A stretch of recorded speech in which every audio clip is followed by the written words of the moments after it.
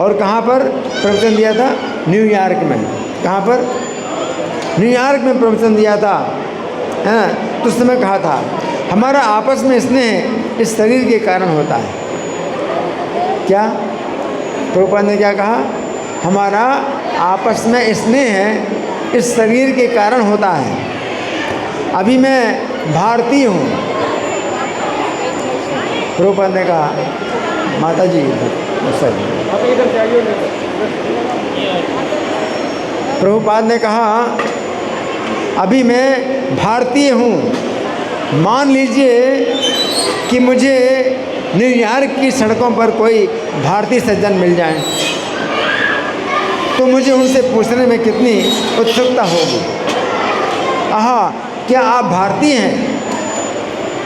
आप किस प्रांत से आए हैं? ये स्नेह क्या है? इस शरीर के कारण। बस चूंकि मैं सोचता हूँ मेरा शरीर भारतीय है और यहाँ पर एक दूसरा व्यक्ति है जिसका शरीर भी भारतीय है, मैं इस व्यक्ति के साथ कुछ बातें कर लूँ। ये स्नेह क्या है? स्नेह। इसी प्रकार यहाँ पर हजारों लाखों स्त्रियाँ सड़क पर घूम रही हैं, परंतु एक स्त्री है, इसके साथ मेरा अत्यंत घनिष्ठ संबंध है, क्योंकि मेरा इसके साथ शारीरिक संबंध है। अन्य समस्त स्त्रियों को छोड़कर मैं एक विशेष स्त्री को बुलाता हूँ, ये मेरी पत्नी है। अथवा वो कहती है ये मेरे पति हैं। क्यों? यही शारीरिक संबंध है। जो व्यक्ति अपनी पहचान इस शरीर के साथ नहीं करता है उसका शारीरिक स्नेह भी चला जाता है। हमारा ये शरीर भी समाप्त हो जाएगा। अभी मेरा ये सुंदर शरीर है, मान लीजिए मेरी आयु 70 वर्ष है, तो 70 वर्ष के पहले ये शरीर नहीं था, और मान लीजिए 5 या 10 वर्ष के बाद ये शरीर नहीं रहेगा, तो केवल 70 या 80 वर्ष के लिए ये शरीर बना है। इस भौतिक जगत में ये शरीर किस प्रकार बनता है? बहुत सी चीज़ें बनती हैं। समुद्र में जिस प्रकार बुलबुले बनते हैं, क्या होता है? समुद्र में जिस प्रकार बुलबुले बनते हैं, आप समुद्र तट पर चलते हैं तो बहुत सी लहरें एक दूसरे से टकराती हैं और अनेक बुलबुले बनते हैं और पुनः वे पानी में मिल जाते हैं। इनकी कोई गणना नहीं है। अब जिस समय अयोध्या में श्री राम के राज्याभिषेक की तैयारियां चल रही थी, उसी समय अचानक उन्हें 14 वर्षों के लिए वनवास प्राप्त हो गया। अचानक क्या हुआ? 14 वर्षों का वनवास प्राप्त हो गया। उस समय श्री राम ने सभी प्रकार के स्नेह त्याग कर वनवास को स्वीकार किया। तो यहाँ पर भगवान कह रहे हैं कि सर्वत अनभिस्नेहा, स्नेह ना हो। श्री राम उस समय सारी प्रजा का त्याग कर रहे थे, फिर भी उनके चित्त में कोई परेशानी नहीं थी। जो व्यक्ति सदा श्री राम के निकट रहा करते थे, उन्होंने भी उनके मुख पर कोई बेकार नहीं देखा। मन को बस में करने वाले श्री राम ने अपनी स्वाभाविक प्रसन्नता नहीं छोड़ी। अब श्रील प्रभुपाद भी यद्यपि अपने शरीर के प्रति अत्यंत विरक्त थे, परंतु उनके शिष्य श्रील प्रभुपाद के शरीर के प्रति अत्यंत आसक्त थे। वे उनके शरीर की सेवा वे उनके शरीर की सेवा में अत्यंत समर्पित थे। ये आसक्ति भौतिक नहीं है। ये आसक्ति कैसी नहीं है? भौतिक नहीं है। श्रील प्रभुपाद जब अपने शिष्यों को छोड़कर जाते थे तो उनके शिष्यों को प्रभुपाद का विरह सताता था। श्रील प्रभुपाद के साथ रहने के लिए अनेक तरुण युवकों की बाढ़ आ गई। पुलिस कर्मचारी इन युवकों को पकड़कर उन्हें उनके घरों में वापस भेजने का प्रयास करते थे। पुलिस कर्मचारी क्या करते थे? इन युवकों को पकड़ करके उनके वापस घरों में भेजने का प्रयास करते थे, परंतु ये युवक श्रील प्रभुपाद की भक्ति से आकृष्ट होकर अपने घरों में वापस नहीं जाना चाहते थे।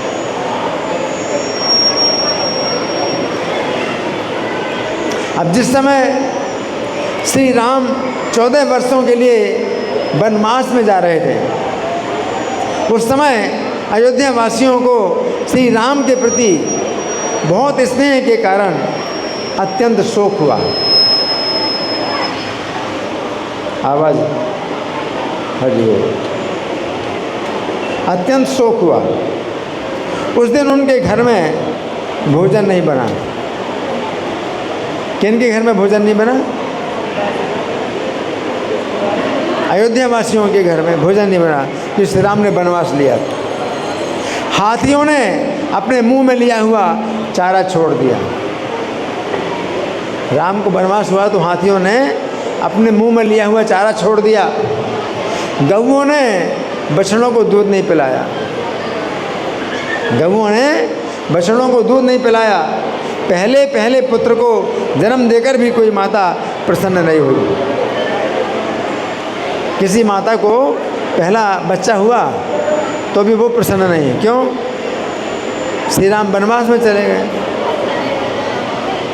सहसा सारे नागरिक दीन दशा को प्राप्त हो गए। किसी ने भी आहार विहार में मन नहीं लगाया। अयोध्यावासी सभी लोग शोक से संतप्त होकर निरंतर लंबी सांसें खींचने लगे।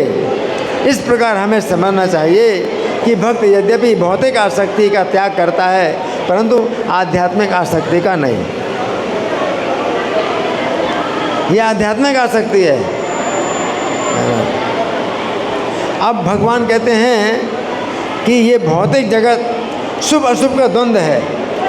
शुभ का अर्थ है ऐसी वस्तु या घटना जो अपने मन को प्रिय लगे, और अशुभ का अर्थ है ऐसी वस्तु या घटना जो अपने मन को अप्रिय लगे। ये भौतिक संसार बिल्कुल अनिश्चित है। कोई शुभ घटना होने जा रही है, उसी समय कोई अशुभ घटना हो जाती है, और कोई अशुभ घटना होने जा रही है, उसी समय कोई शुभ घटना हो जाती है। किसी के पिता की मृत्यु के साथ साथ उसके घर में पुत्र का जन्म होता है। पिता की मृत्यु उसी दिन हुई, उसी दिन उसके घर में पुत्र का जन्म हुआ। किसी विवाह के उत्सव में आतंकवादी आकर अनेक लोगों की हत्या कर देते हैं। विवाह का उत्सव है शुभ घटना, और आतंकवादियों ने कई लोगों की हत्या कर दी, अशुभ हो गया। कोई विद्यार्थी परीक्षा में सर्वप्रथम आया, ये क्या है? शुभ। और अचानक उसकी बस दुर्घटना में मृत्यु हो गई। आज के दिन ही वो परीक्षा में सबसे पहले प्रथम आया, और आज के दिन ही बस दुर्घटना में क्या हो गया? मृत्यु हो गई। किसी व्यक्ति की 1 लाख रुपए की लॉटरी खुल गई, और अचानक वो गड्ढे में गिरा और उसका पैर टूट गया। श्री राम का जिस समय अयोध्या में युवराज के पद पर अभिषेक होने वाला था, उसी समय उन्हें 14 वर्षों का वनवास प्राप्त हो गया। युधिष्ठिर महाराज अपने भाइयों और पत्नी के साथ सुखपूर्वक राज्य कर रहे थे।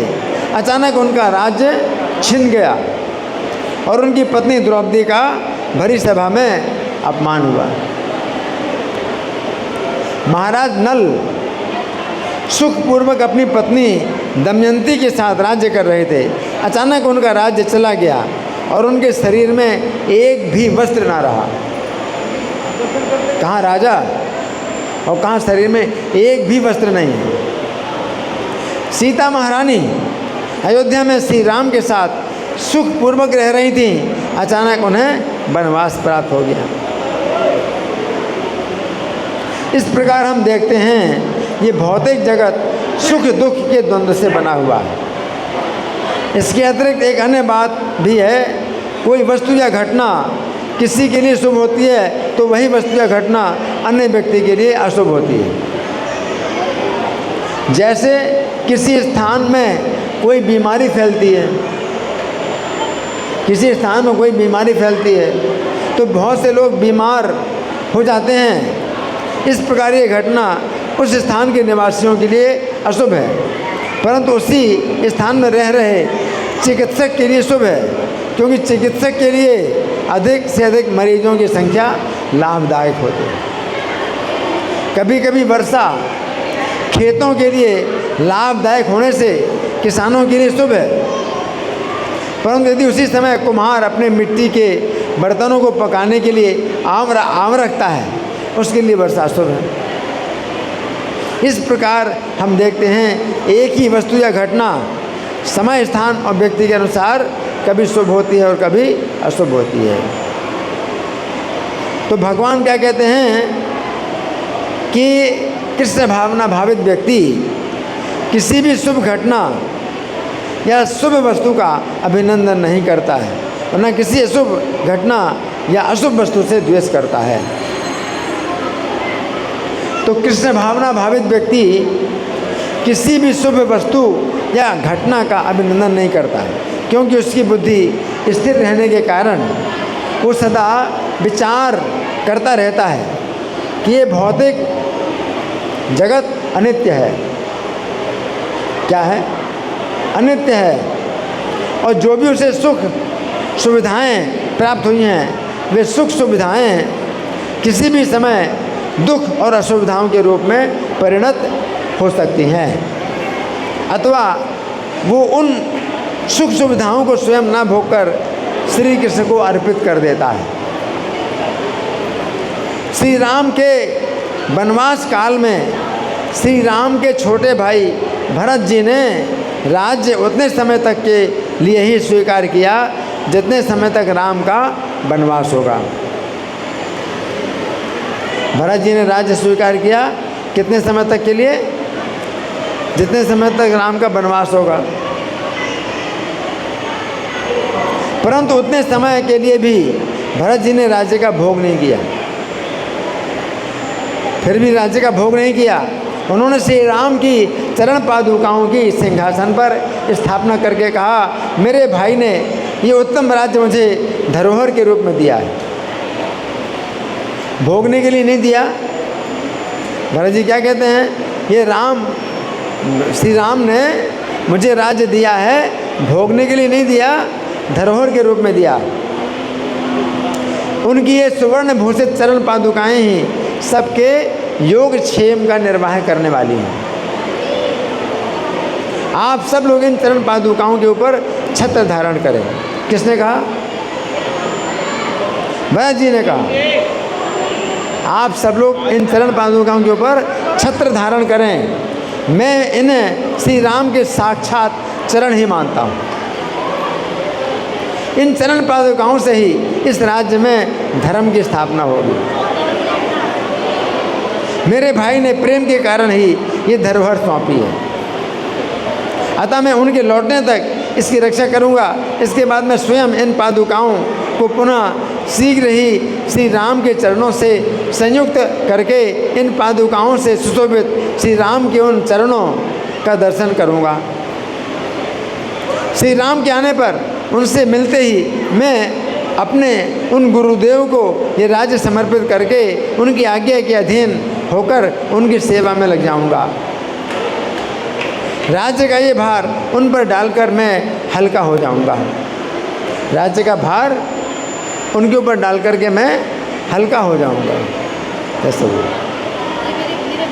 श्रीमद् भागवत के चौथे स्कंध में वर्णन आता है कि जिस समय पृथु महाराज का अभिषेक होने लगा, उस समय नदी, समुद्र, पर्वत, सर्प, गाय, पक्षी, पशु और स्वर्ग लोक, पृथ्वी देवी और अन्य सभी लोगों ने राजा को भेंट करने के लिए विविध उपहार उपहार अर्पित किए।